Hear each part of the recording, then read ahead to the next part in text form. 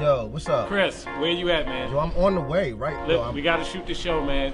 Do not be late. Yo, I'm literally in the Uber right now. You're not in the Uber. You're gonna be late. I am in the Uber. Why would You're I lie about always that? late, brother. Let's go. Feast your eyes, them boys is here. King and Christian, you know we making noise this year. Relatively speaking, we a couple of greats. You know I'm down to rap, but it ain't up for debate. We had enough of the hate from you internet trolls. You see the names, man, just give us the throne, cause it's on. And we got something to say, it's gonna be something to see. Now it's a family gathering, you should RSVP. Now let's One go. Young fly, flashy, living his life. The other tucking in the kids, staying in with the wife. Whether it's 9 to 5 or knee deep in the game, how could they be so different but one and the same? This Pacino, De Niro, Stockton Malone. Ideas, jokes, and wisdom off the top of the dome. And come on. We got something to say, it's gonna be something to see. Now it's a family gathering, you should RSVP. Now let's go. MJ or LeBron, is it Nas or Sean? Everybody looking for the greatest of all time. Entertainment, sports, faith, political views. Curators of the culture that's bigger than views. Let's have a real discussion. We ain't concealing nothing. Who'd have thought the nephew and uncle now is really brothers? We got something to say, it's gonna be something to see. Now it's a family gathering, you should RSVP. Now let's go. Yeah, relatively speaking. Woo.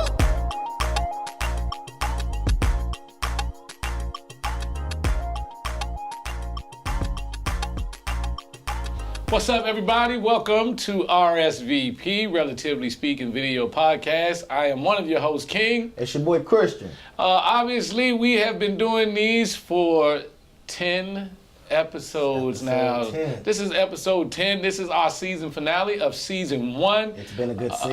It's been a pretty interesting season. We had a lot of conversations and a lot of discussions. Yes, sir. A lot of stuff that we agreed on, a lot of stuff that we had difference of opinions on. Some stuff lighthearted, some stuff a little heavy. Yeah, we went a little heavy in the beginning, and then we kind of switched it up, went a little lighthearted. And for this season finale, what I wanted to do was something a little different. We kind of have a topic. Yes. We kind of have a topic. But normally what we try to do before the show is we try to get all of our stats and all of our information and all of that type of stuff together. And we don't want to make it so scripted, you know, but we do kind of want to have a flow and a consistency to what we're talking about. But on this season finale, what we decided to do is we just decided to give you guys a raw conversation. We don't really know where this is going to go. We don't really know how this is going to go. This is more so just an in-depth, behind-the-scenes type of feel on what we believe and what we think on a particular subject that has faced us, not just as believers, but just humans all together. And we're talking about waiting until you get married to have sex. Dun, dun, dun. It's a conversation that is very prevalent in the Christian community, in the religious community. The broken-hearted community. Yeah, it's just a really touchy situation because a lot of people have a lot of questions on how to even date these days and what to do and how far to go and so forth and so on, and it just puts you in such a peculiar situation, and especially when it comes to sex, because this revelation hit me years ago. Talk to me. That I shared with a few people, and I bring it up a lot because when you talk about the great fall of men, majority of the time, it's behind some booty. The great falls. The greatest of falls. The greatest of falls. Greatest of falls come from the greatest of draws. I'm just saying that it is like just this anchor. Speaking of great men, Dr. Martin Luther King. One of the greatest men. One of the greatest, one of the most inspirational figures in any community. I ain't just talking the black community. I'm talking about this man. Human race. It's human race. Yeah. But they say he had a couple extramarital affairs. That Twiz got him. It's pull. Yeah. It's pull, right? Every man is susceptible. Every man is susceptible. Your man Adam, Which Adam? the first man. Oh. No last name Adam. Got you. In the Garden of Eden. He didn't cheat on his wife, did he? No, I'm just talking about the power of the feminine perspective. Yeah, I'm talking about the power of that thing that we cannot seem to resist. Yeah. Where men cheat, where men, they just break all sorts of rules and things like that. And so in the Garden of Eden, Eve gave Adam the fruit to eat. And I think that it is particularly important to point out that at the time she gave it to him, she was butterball naked. She was naked the whole time. I'm just saying, my wife bring me something naked, I'm eating it. That's all I'm saying, and that's how we fail. But they didn't even know they was naked. Nah, I'm just. But she was naked. But she was naked. But ladies and gentlemen, when we talk about this great fall and we talk about this pull, one of the things that the revelation that I had was that sex is the one sin that cannot be a sin depending on your circumstances. It's the one sin that's not a sin forever. If you're a believer, if this is what you believe in, sex is the one sin that, depending on your circumstances, is whether or not it's a sin or not. It's the only one. It's the only one. Yeah. All the other ones, you ain't never supposed to do. Never. You ain't never supposed to kill, steal, cover your neighbor's wife and all that stuff. That's never good. Never. But GTD, getting them draws, you're supposed to do that. Is that an acronym? GTD, you ain't say Martin? GTD! Ah! Got the draws. Yeah. At some point in time, you're supposed to get down with the get down. The Bible says, be fruitful and multiply, ladies and gentlemen. And they talking about getting busy. And so I just want to be clear on that. That is funny. But yeah, so I think that that's one of the reasons why it is such a heavy pull, because it is a natural thing to do. Yeah. This is a natural act. And so me being married, I'll go ahead and tell my testimony of how I didn't wait. Okay. No, not at all. And there are a lot of people that don't wait. As a matter of fact, I did check one stat that I was able to look up, and they said 1 out of 30 couples successfully wait until they are married to have sex. And I'm not going to say that it's impossible. I'm just going to say that if you meet them on Monday, you better be married by Thursday. because Friday, it's going down. We talked about this a little bit, and like I said, the conversation's gonna go wherever it's gonna go. But my initial thought is that waiting, that's not even like, unless you're a believer, that's not even a standard of the culture. So that's not a standard for most people. It's just like whatever. Nobody I know that's not a believer, right? It's like that's even a thing. So that's just really a believer thing? That's just something that we putting on ourselves? Why else would you not have sex unless you had a moral authority that you were answering to? That's a very good point. And so when we talk about the moral authority and we talk about where marriage came from, I mean, outside of Christianity, can we really find another place that this marriage thing that we're talking about? Well, the whole just marriage. I mean, because if we're going to talk about it, we got to talk about what marriage is, because you got a lot of people that have a lot of different views on marriage. Different views on marriage. Yeah. You got common law marriage. You got religious marriages. You got arranged marriage. You got arranged marriage. You got all these different things. And so it's like, we got to kind of dig into where to draw the line and stuff like that. But my question to you, what I wanted to start out with, is that some people say that you don't buy a car unless you test drive it first. When it comes to marriage, do you think it's important? Because in marriage, sex is very important. In marriage, having that vibe in the bed is important. It is. We can act like it's not important, I don't think which is something that people acting like that. in the church, I feel like they don't really talk about this enough. Listen, They're not honest about it. Yeah, they're not honest about it. Yeah. You know.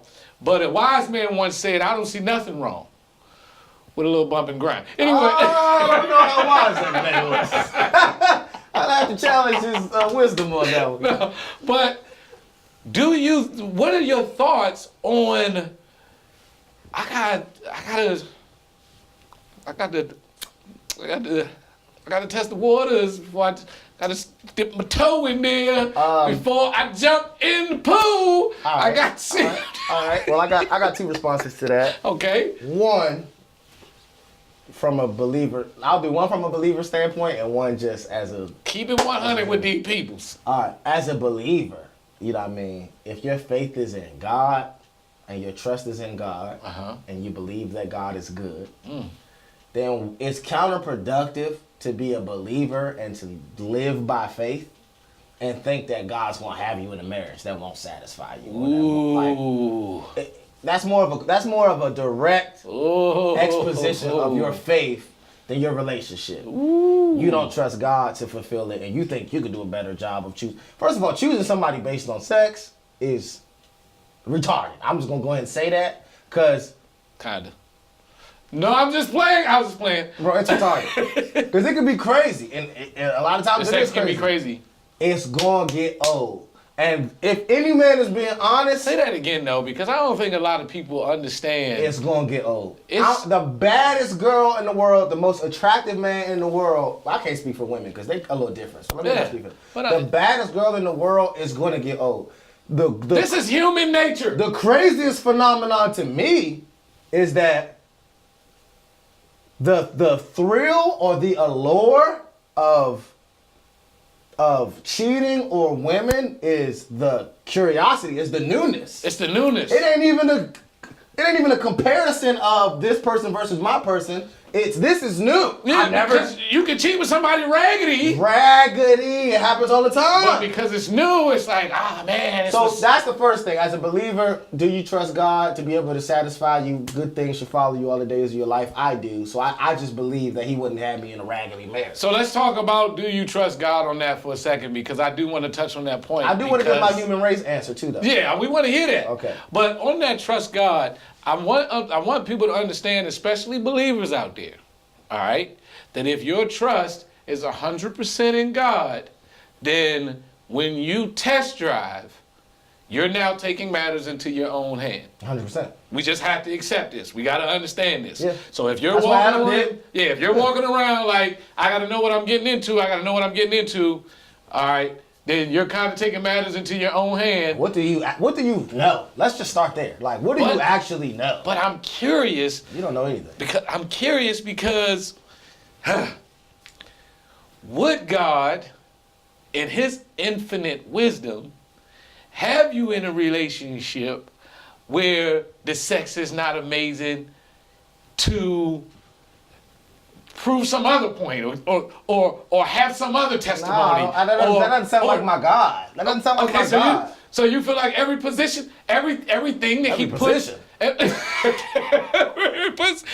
position he puts you in. No, I'm just saying. Okay. So you believe that every position that God's put you in life, there's no times where it's not fun, it's not satisfying, it's not a trying of your faith to work your patience? Yeah, but I don't think marriage can be used. I don't think God would use a marriage in that way. A marriage is such a serious. His thoughts are not our thoughts. I'm not saying that I know. I'm giving my opinion. I'm just saying, I don't know at all. He might do it. His thoughts are not our thoughts. His ways are not our ways. The Bible does say when a man and woman are married, they become one flesh. Yes. So that's an area that is not two things are becoming one.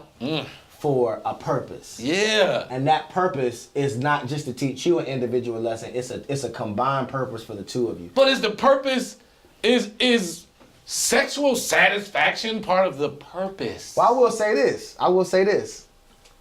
A big part, and I'm not a virgin. A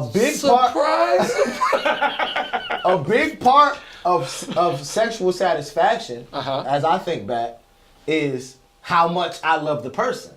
Really? To me, So you ain't never been with somebody you ain't loved that just knew how to, just knew. Yeah, but that's what I'm saying. That's gonna get old. Of course. If I love the person, if I love the person, we're willing to develop that together. We should be willing to develop that together. Should be. Right. But we gotta keep this, because you said you had a humane answer. And this is my humane answer. You gotta buy the milk before you gotta taste the milk before you buy the cow. My answer would be, it depends on the cow. You gotta test drive the car before you get the car? What kind of car are we talking about? Because if it's a Bentley and I'm getting a good deal, let's sign the papers. All right? I gotta taste the food before I order it. What restaurant are we at?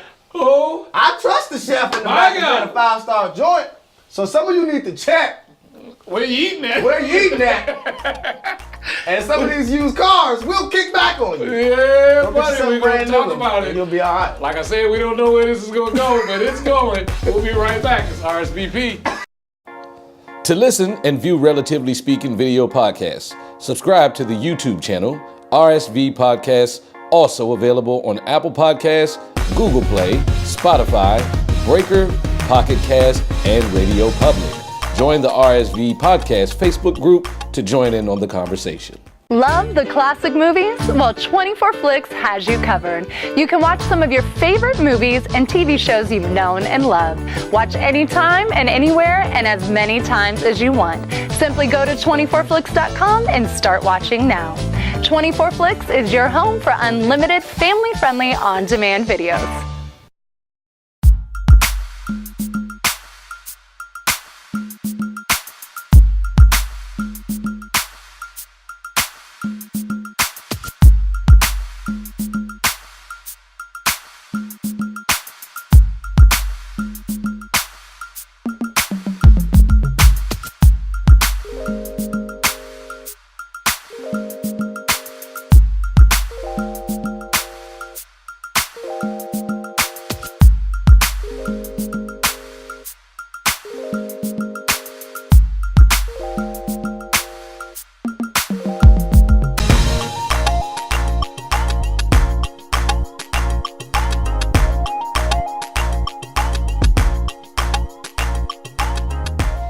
Ladies and gentlemen, we are back. Yes, sir. Talking about something very serious, but for some reason with us too, it just always seems to turn comical. We tend, and I think that's kind of a gift to be able to have such serious conversations, but to be able to find a way to laugh in some of it. And today we're actually talking about the whole waiting until you get married to find out what's going on in the sweet belows. Sweet by and by. We gotta know what's going on. And I think that, so let me ask you this, okay, based on the not actually going all the way, do you feel like some sort of discussion about it? I mean, how far do we go into this? Do we even need to talk about it? Are we taking things into our own hands? Are we not? I mean, like, what do we do? So when you go to, a lot of Christians do premarital counseling. Yes. They want to talk about things and they want to get some counseling before they go into the actual marriage. Yeah, I've never experienced this. You've done this. I've done some premarital counseling, but I can tell you right now, in the premarital counseling, we don't talk about certain things. Really? Yeah. I would just think y'all would be talking about everything. I would want to talk about everything, but you don't really talk about everything. And I guess maybe I have a line that, I'm thinking one way, and then, maybe because of professionalism. What do y'all talk about the premarital counseling? I mean, we talk about budgeting and stuff like that. Y'all talk about sex? One accounts. I mean, obviously we talk about sex, but what I'm saying is we don't really get into the nitty gritty. Of like what's expected. Yeah, we don't really get into that. Right. We don't really get into that. That needs to be got into. And I feel like, does that need to be got into? That needs to be got into. Okay. We need to get into this. Okay. Get into it. Let us break. But listen, should that be a discussion? Should we be talking about, do you do oral? Should we be talking, like, do you understand what I'm saying? And is this a conversation? Weird how a stillness just came over the room just now. And this is a discussion that, you know, for some of us men, we are a little bit more open to this type of discussion. This is just locker room talk. Right? Yeah, this is kind of locker room talk. Right. You know, grab about it. Anyway. Oh, my God. But you got your wife or your future wife sitting there, and it's like, are we getting into these details? That's a good question. Do we need to sit and say, yo, do you like it like this? Are you down for this? I would say that's unwise. Unwise? I would Make sure they heard you. I would say it's unwise. Unwise. When not in the wrong context. Okay. If y'all at the crib and y'all watching Netflix, And y'all start talking y'all about start talking about it, it could lead. it could lead to it. And I will tell you, Show I'll me give you what this- you're talking I'll- about. Give me examples. And I will tell you this, ladies. One of the tricks of men, and I'll give y'all this, Uh-oh. is we will throw certain stuff out, Uh-oh. especially early in the relationship. Can we put like a little disclaimer that he is breaking man law at this point, right down there? We at the throw bottom? little stuff Christian out. is breaking man law. Early in the conversation to see how far you're willing to go with the conversation, and we make judgments based off of that. Ooh. So I think in the proper context, I don't know. I hope they caught that. that's facts. Because I'm gonna tell y'all right now, and I'm that's not facts. proud of this, but we will let you whore yourself. Oh my God. Okay? I'm just gonna tell you right now. All right, we'll think certain things about you afterwards, but we will, you know, we will bring the steak out. We will bring the meat out on the platter. and we will see, because we talk about things like having sex on the first date. You know, like the first date. And it's like, Man, that relationship's probably going nowhere. and women don't realize that we'll let that go down. Men will, I'm saying men, I'm not saying. Men will let that go down. Yeah, It's going to drastically change our perspective. It will dress, and I don't think they know that. 0 to 100. I think they think, well, we was in it together. Yeah, we was, but we two different people. yeah, we're actually, ladies, believe it or not, a lot of us men are hunter gatherers. Yes, and we are actually looking for. I'm not gonna put it all on women because they're gonna kill us for this, but we're actually looking for some women to kind of set some standards, to kind of see. We're literally looking for women to set some standards. Yeah, we are. I'm telling you right now, the women who set standards with me are the women who get the furthest with me. Yes, absolutely. The ones that just let us do whatever we want to do, however we want to do, The whatever we women who want to let you do whatever, they might get your time. Yeah, ladies and And gentlemen. women, this is getting deep. Ooh. Women often confuse time for intentionality. Oh my gosh. Cause I'm giving I didn't even know we was going here. I don't even know where this is Oh, coming it's from. like blues. Just because I give you my time doesn't mean I'm giving you my intentionality. Okay. And a lot of times, someone who sets standards may not be given as much time because they aren't catering to you, Ooh. but they are at a higher standard, a higher my level gosh. on the chopping block. And when we talking about marriage, we good. talking about longevity. So you got to start thinking a little further down the line. What type of precedent do I want to set? And if we're talking longevity, what part of our relationship are we building that's sustainable? Ladies and gentlemen, we're talking about sex before marriage, all right? And yes, we get into a lot of deep stuff, but men are carnal. Women are carnal. Women are carnal. We got this flesh that we live in. 100%. And this flesh gets to talking. They get the screaming. And I don't know if that flesh started talking to you on a late Friday night after a couple of hen and cokes or whatever it is that you may indulge in. That flesh is external. That nigga sitting right next to me talking to me. But there's a scene in a very popular movie called New Jack City Come on, dog. where Pookie, Keep calling me. he say, man, he keep calling me. I want a kick, but he keep calling me, man. I don't know what to do. And Shout out Chris Rock for that performance. yeah, he should have got an Oscar for that. That was wild. But when it comes to this flesh, man, it be calling. Yeah. And we're trying to determine where's the line here. So you said it would be unwise to have the conversation at home alone, because obviously it could lead to different things. And be, should you know, some people will say, should you even be home alone? I mean, this line gets pushed further and further to the point where it's like we don't know where to go with this stuff. Because you got some people that say y'all shouldn't date alone.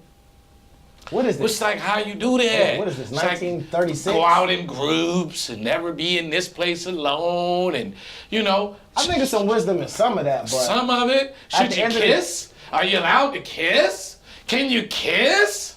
Because kissing leads to, you know, when you get, listen, for the people out there, the older you get, the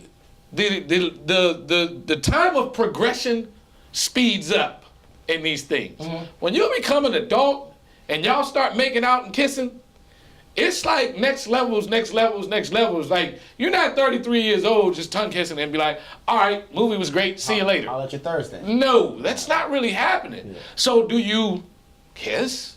How do you navigate through these waters of dating with all of these different... I think this is one of the critical issues of the church. Whoosh. Is that we try to put black and white standards on human beings. Ooh. The truth of the matter is, we're all at different maturity levels, we're all at different experience levels, we're all at different exposure levels. So I can't put a rule for all of humanity based on my weakness. You feel what I'm saying? Okay. And that's what the church does, that's what a lot of leaders do, what a lot of pastors do. Because they have a weakness, they make that the new law. So that now nobody in here can do that because I can't handle it. When what that really does is it takes the responsibility off of you to coach your relationship with God and with the Spirit, and for Him to tell you what you can handle and what you can't handle, and for you to exercise some responsibility. Now, I do think the real issue here when we're talking about sex is not even sex. What's the issue? What's the issue? This is my bottom line. The real issue is lust. Man, he just opened up a can of worms with that one right there, boy. Boom. The real issue, you gotta talk about this now. The Bible says all that's in the world is lust again, and pride. So everything that you're dealing with, every issue, every sin can be traced to one of these two things. The issue is, the Bible says we're drawn away by our own lust. Jeez. Then when lust has fully enticed, it brings forth sin. So what I understand that to be is fornication is just a result of an existing lust. Okay. So if you didn't exercise it through fornication, you would exercise your lust through another medium. Okay. So the real issue is we have to deal with the lust that's inside of us. The lust is that sinful desire, that strong desire. And lust manifests in different ways. It does. So that's the real issue here, man.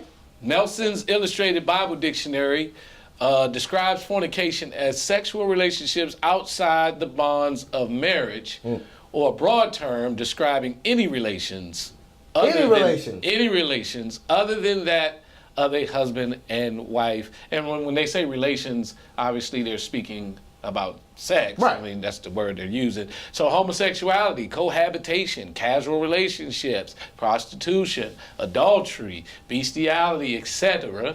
If you are not husband and wife and you are engaging in sex, that's what they describe as fornication.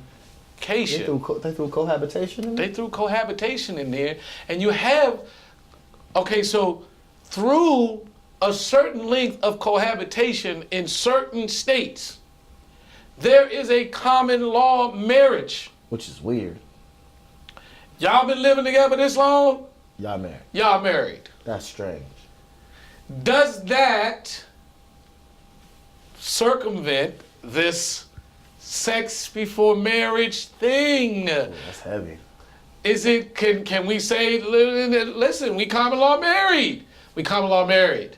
Or do I have to stand up in front of a judge, in front of a priest, in front of a preacher, say I do, say these vows? Where these vows come from? Did these vows come from church? Are we making our own vows? Where does all this stuff come in? What is man-made? What is God saying on this? How do we do this? Because common law marriage, if I'm married, I'm married. I'm married. I'm married. I don't really and know. when does the common law marriage kick in? When, do we start smashing when the state common law marriage kicks in? Does the piece of paper make us married?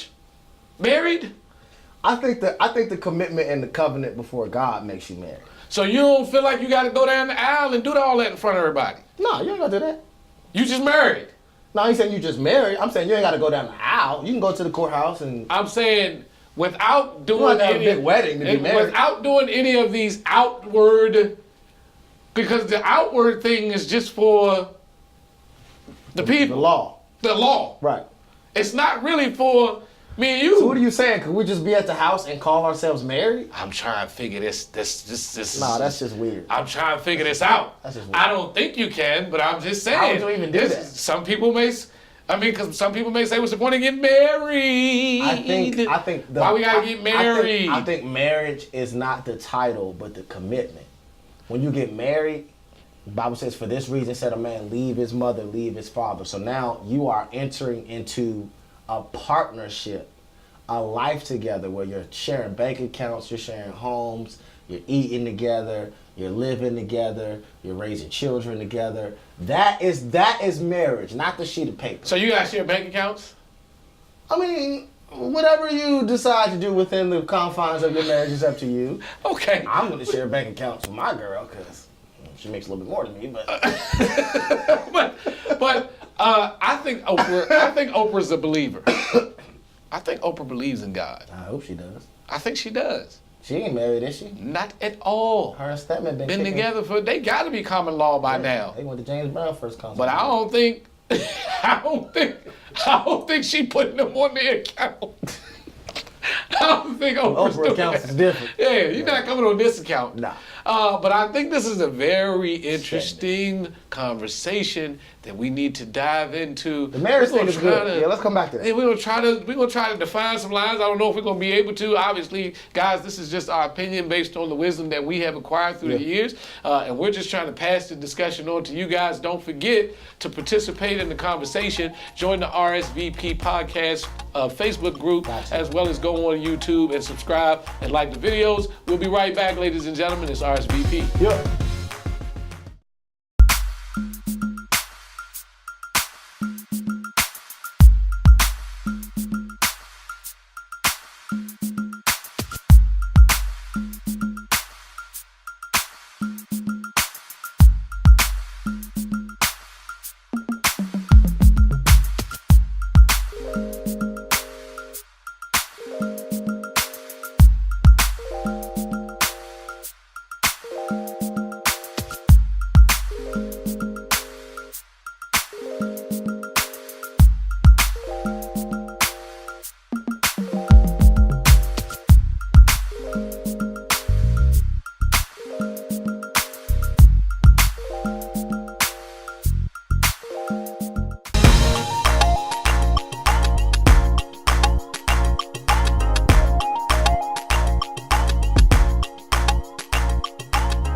Ladies and gentlemen, we are in the deep end of the pool on this episode here. We've been talking about waiting until you get married to have sex.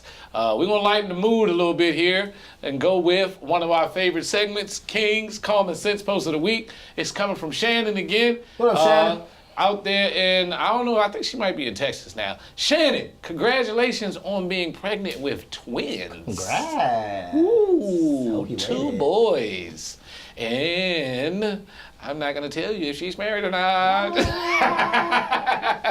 But she sent us this and it says, don't you hate when teachers used to confiscate your phone? Hated that, dog. Hated that, man. That kind of sucks. But as you can Oh, see, spell confiscate, coffin skate. Coffin Coffin skate. as in a dead person skating. Do I the guess ice skate. I don't know what is going on here. Accidental Coffin contact. It's making me say the word wrong Yeah. because of the way that it's spelled. Like I can't even really say confiscate Yeah. the way it's supposed to be. But don't y'all hate that? Confiscate. That's horrible. I don't know if y'all seen, but they got the new pallbearers.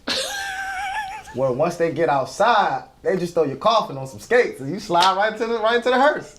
It's a whole Ladies new and gentlemen, business. A whole new world out As a here. matter of fact, they don't even have Paul Bears no more. They just got some guy named Paul and some guy named Barry. That's how they doing it now. So apparently you can't carry the coffin unless that's not your name. Shannon, you got another $20, so that's two $20 gift cards coming to you for the boys. You owe us some junior bacon cheeseburgers. Go get the kids some shoes or something. 4 for 4. But we talking about marriage and the waiting and the sex and the. I don't want to put you on the spot, but it's good for the ratings. Do you plan on waiting? That's definitely the goal. 100% that's the goal. You know what? That was my goal. And I kind of want to talk about when we have these goals, right? Because we really want to do this, but it doesn't always seem to work out the way that we want to, like our plan. Because I can tell you right now, you remember this. This was my thing. That I was trying to wait. Yeah, I remember this. Yeah, I was trying to wait. It was like, man, I really want to do it the right way. Yeah. And I remember when you sat us down and told us Noah was coming. Yeah, that. It was like I'm trying to do it the right way. I'm trying to hold off, and it just it didn't work in either cases. And so, that's such a tough thing, and we're just trying to figure out. Where to draw these lines, how to come up with this. And so I asked about the kissing. Do you think it's okay to kiss before you're married? I think it is. And you don't think that could open the door to other things? I mean, I will say again, and to me this is it, bro. I mean, there's no way around this. People, especially believers, love rules. Love them. Because rules let you know how much wiggle room you got. Just give me the rules. What's the rules? And I'll determine what I'm doing, how bad what I'm doing is not that bad based on the rules. Okay. It completely removes the responsibility to cultivate a relationship with God Himself, to have the Spirit of God inside you, and listen to the internal wisdom and the internal thoughts that God gives you on how to handle your particular situation. Because we're not all under the same law anymore. I don't know if people know that. But Jesus came so we will all have a personal relationship. So for me, kissing is okay. For you, kissing might not be okay. There are things that are not okay for me that maybe you can handle. Nice. And that's how it is supposed to be. So I can't really give you a playbook or a rule book on how to live your life. Because like I said, we got different lives. And I'm just always going to tell you to put the responsibility on yourself to get to know yourself, where your insecurities are, what you can handle and what you can't handle. For me, am I going to kiss my girl before we get married? Of course I'm going to kiss my girl before we get married. Of course. I'm going to do that. Okay. I ain't having make-out sessions. I mean, that ain't even cool to me. Like, So we talking about packs here and there? yeah, I'm a little pack. A little pack. All right. You know what I mean? I'm not big on making out. Limited. I'm a big make out. See, we're different. Yeah, we are different. So some people say that if you remove sex from a lot of marriages or relationships, the relationship would dissolve. I've heard that the sex is removed from a lot of marriages and relationships. Oh my gosh. I thought it was the other way around. But they say this. They say that if you take sex out of the equation, that a lot of people won't even have nothing in common. They won't have nothing to talk about. They won't have nothing to do. And so some people say, listen, I'm not going to engage in sex because I don't want that to cloud my judgment or my decision in the relationship, because sometimes the sex can make the judgment extremely cloudy. Yeah, I call that. I've heard a preacher call that intimacy before information. So if you experience intimacy before getting information, it definitely clouds the judgment. Then once you start getting information about somebody, you might see, dang, this is not somebody I want to be intimate with. But now your flesh is already conditioned to that, and it results in just long periods of weirdness where you're in relationships that you don't even want to be in. Can you get the information with the intimacy? It's hard. That's a great question. It's hard to do because the intimacy clouds your judgment. Because So- you want cloud 9 in the intimacy stages. So the information, so we got to start putting ourselves in a situation where we are separating the two. Yes. And I have to be informed about somebody before I can be intimate with them. do you believe ultimately, because we got to bring this home, do you believe that ultimately that is why God set that standard to not have sex before marriage? I mean, obviously he's got more wisdom than we do. Obviously he's way ahead of the game than we are. So in his infinite wisdom, is he saying, listen guys, because I know that when you start smashing, your vision gets really blurry. Your emotions get involved. Your emotions get involved, and you're not really making the best decisions. Because I can tell you right now, 90% of my worst decisions in life has been made when I was at my horniest. Right. Right? Right. It's like, oh yeah, we just about to go That's with the this. time. Yeah. And so I'm just gonna drive to San Diego right now. it's just happening. It's just happening. Like, oh, that's where you live? Bet. On the way. I'm on my way. Gas up the pace. And I'm talking about plane tickets. I'm talking about gassing up the car. Crazy. I'm talking about spending crazy money. Crazy. Just for some twins. And then how dumb? You know what's actually the greatest phenomenon to me? What's up? After the act is finished, I don't want no parts of how your dumb existence. do you feel? It's like, You don't even want the person next to you. who are you? It's Why so are weird. you here? I think, to answer your question, I think God's infinite wisdom, that's definitely part of it. I think God's infinite wisdom is always best case scenario. Best case scenario is don't have sex. Why? Because your emotions get involved. Got you. You start behaving unintelligently. Got you. It develops insecurities in you when now you're trying to live up to somebody else's standard and keep Right. up with standards of the world. Let's just cut down to the nitty gritty. You avoid a lot of sexually transmitted diseases Yeah. when you abstain from having sex. True. Let's cut down to the nitty gritty. The whole point of having sex, and you referenced it in the beginning. Yes, it feels good. Yes, it's a good thing for married people to do. The whole point of it is procreation. The whole point? I think Would you that's- say 100% of the point? I think that's 100% of the point. So we only supposed to smash to That was the reproduce? original commandment: was be fruitful and multiply. So every time we smash, we supposed to be trying to have a baby? You're supposed. That's supposed. No. I hope not. No. Because- That's not true. Okay. But it is the intention of sex. It is the end all to be all. It's the end all be all. Okay. And God's goodness, He made it enjoyable for us because Yeah. He's a good God. I mean, he's But amazing. we're not the only creatures. Can we just go ahead and say that is the best invention? Jesus Christ! I am going to say that we're not the only creatures that have sex. Right. That's what I'm saying, bro. So it's the natural order of things for sex to be part of procreation. So I think in God's infinite wisdom, He's like, yo, don't do that before you're married. Don't do that before you're ready, because you're susceptible to diseases. You might have a child out of wedlock, which is going to throw off your life and your purpose and your vision. Then it just messes up relationships with people around you. Now you don't like this person. You can't be around this person. You can't be in a room with these people. That whole thing, let's just avoid that whole thing. This is a way easier way. So what would you say to the married couple that has a unsatisfactory sex life? You gotta spice it up, man. You gotta do some new things. I mean, I'm saying, what if it? You gotta get out the box. I mean, for your spouse, you gotta jump. You gotta get out the box. What if the mechanics ain't there? What if mechanics? Yeah, well, like what if what if the mechanics ain't there? What if he don't add up? What if it's structurally not sound? Yeah, he's structurally not there. That's Because tough. when you wait That's tough. to get married, Yeah. okay, I have personally heard females say, Yeah. this guy does everything. I've heard this too. I mean, he is amazing. The way he treats me. Loves my kids. He loves my kids. He brings the Texts check me. home. He got money. But when we get in the room, That's a problem. it's just not there. It's just not there. He's small. He don't go long. I mean, what do we do?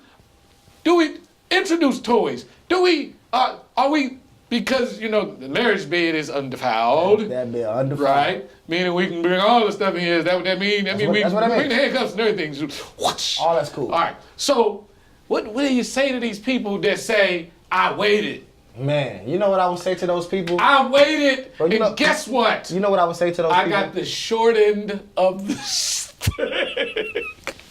I drew the shortest straw.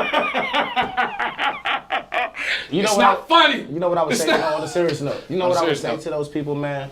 if you're in a situation like that, that is the perfect time to talk to Jesus. I don't got the answers for you, talk dog. to the Lord. I don't know what to tell you. Whew. Like, man, you got to cast those burdens. You got to get that thing to God, dog, because I don't know what to tell you. That's tough. But we said we trusted. We said we gonna trust. Remember we talked about. We said to trust. Would God put us in a That's situation? what I'm saying. I think you that's, see what I'm saying? I don't so know. It's like, did I choose the wrong one?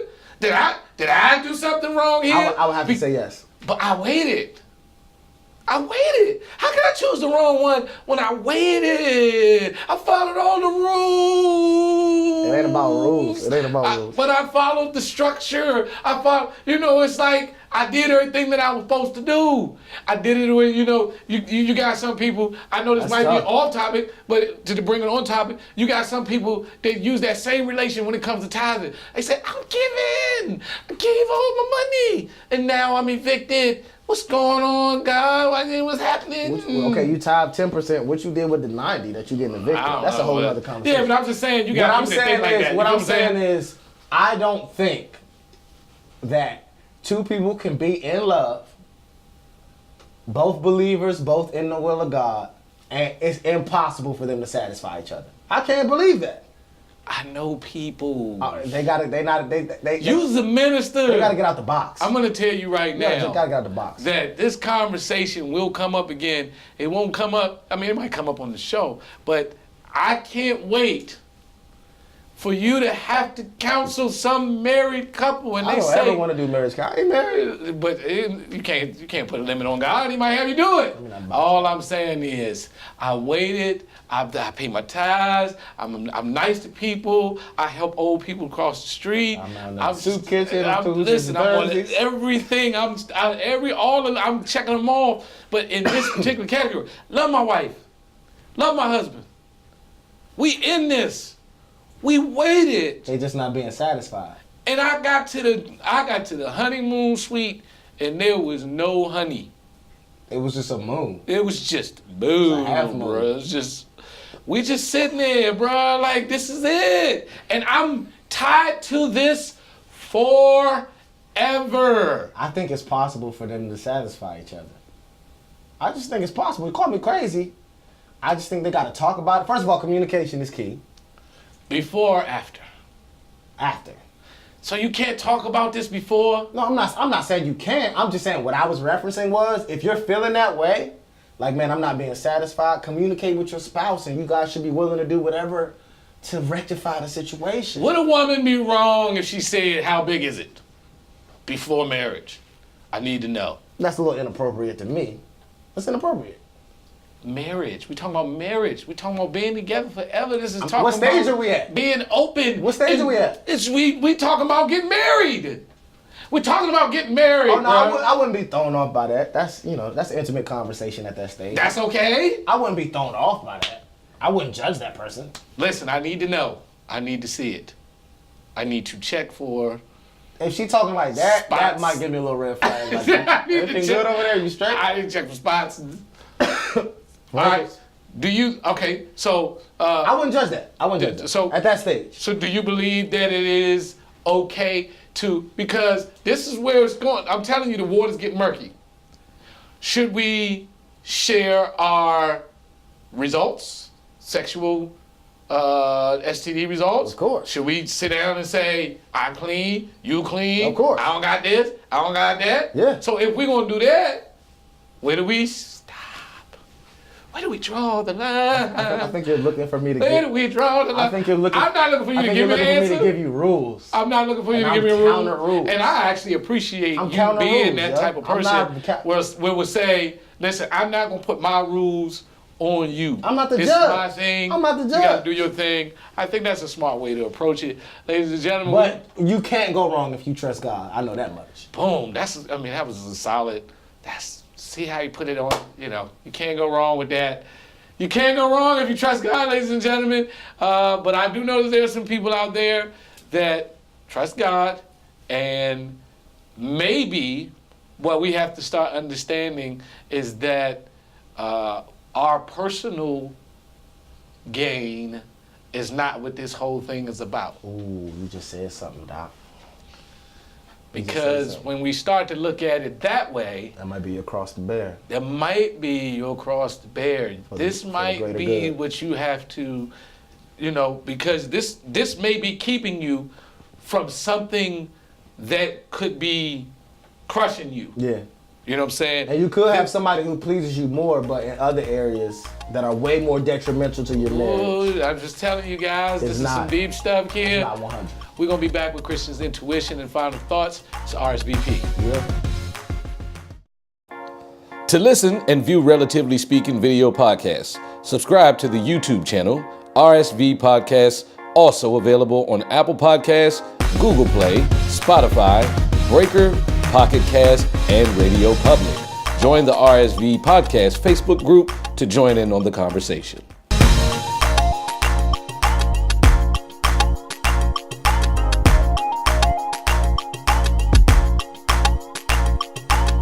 Ladies and gentlemen, we are back. It's RSVP. We tried to do the best that we could with this discussion and this conversation. And, we want to try to leave you with something to kind of help you out with this. Christian's intuition. What do you got, man? Get these people something, man. Man, this is season 10. This is the season finale. How do you close off this episode? Whew. I'm brought to this scripture, which is, to me, the most important scripture about sex in the Bible. You can read this on your own. It comes from 1 Corinthians 6, verses 18 and 20. It says, flee sexual immorality. Mm-hmm.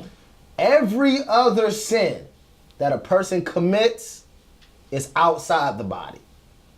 But the sexual immoral person sins against his own body. Do you not know that your body is a temple of the Holy Spirit? This is the part that might really mess a lot of you up, especially the people who we're just talking about. You are not your own. Sheesh. You were bought with a price. Sheesh. I don't know how to say that any better than it just said. First of all, consider this. Yes, you want to be happy. Yes, you want to be satisfied. Yes, you want to feel good. Consider this. The God who made you and made the entire universe has established that every other wrong thing you do outside of yourself. When you have sex, you are literally sinning against your own body. What does that even mean? I don't even know. All I know is it doesn't sound good.